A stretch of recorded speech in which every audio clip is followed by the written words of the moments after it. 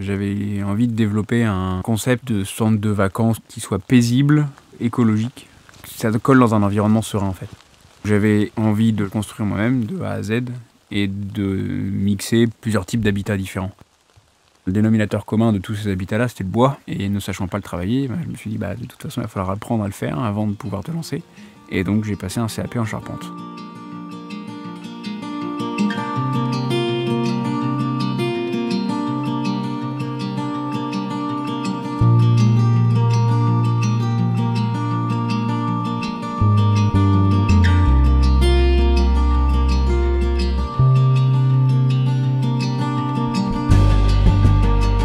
J'ai fait mon CAP avec les compagnons.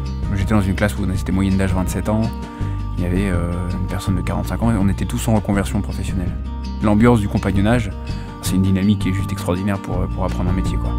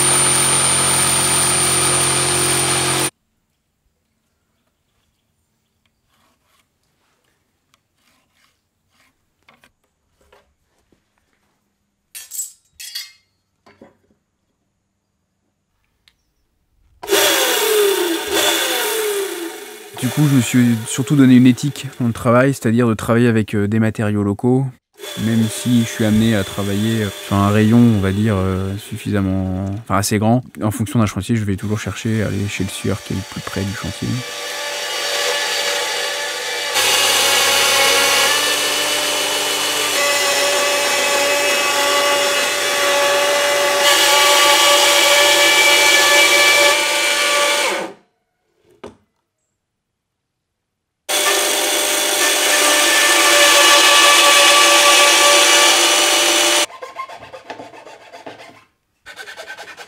Un arbre entier, c'est un écosystème en soi.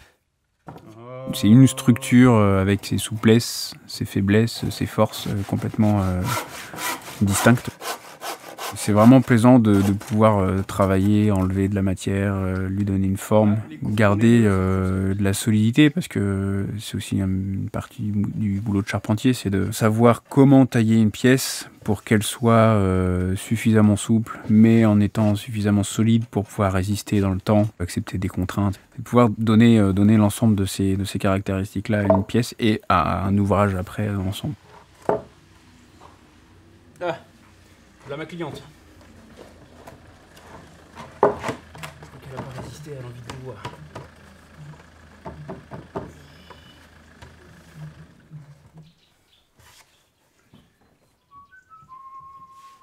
Là. Donc c'est bien, c'est mieux que ça rentre pas complètement.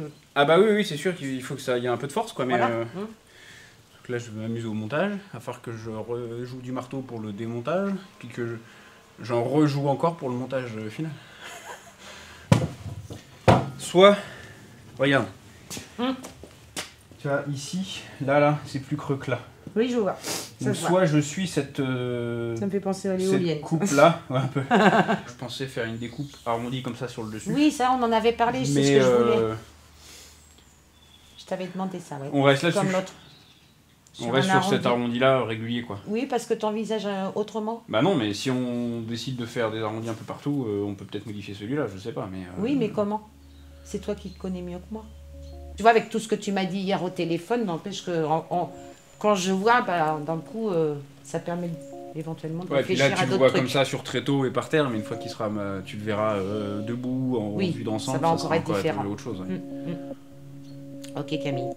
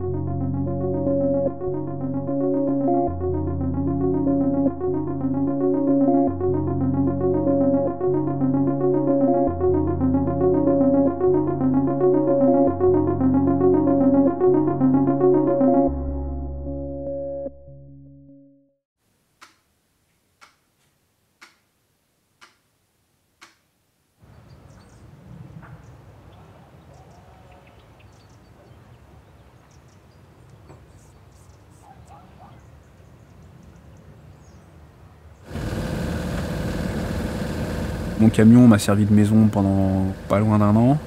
Là, je vis en yourte depuis peu. Donc j'essaye d'avoir le moins d'empreinte énergétique.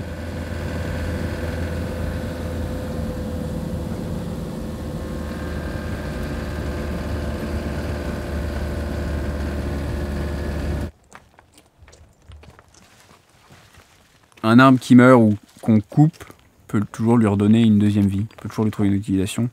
Et même du bois mort en forêt peut toujours servir à faire ne serait-ce que se chauffer. Moi j'ai fait une fois une lampe de déco avec un bout d'écorce qui avait une tête sympa. Même les déchets de la charpente servent un peu dans les toilettes sèches. Ça fait du compost, ça permet de se nourrir derrière. Enfin voilà, c'est un cercle vertueux.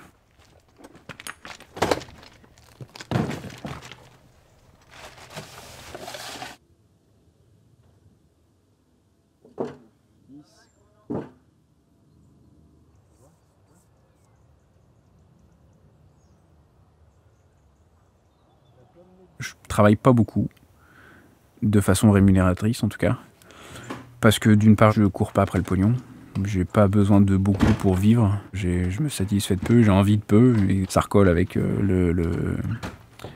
la recherche de la petite empreinte énergétique sur le monde.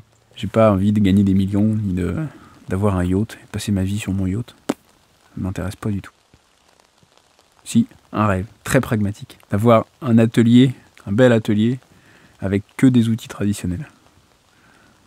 Bon, vous allez rester très terre à terre.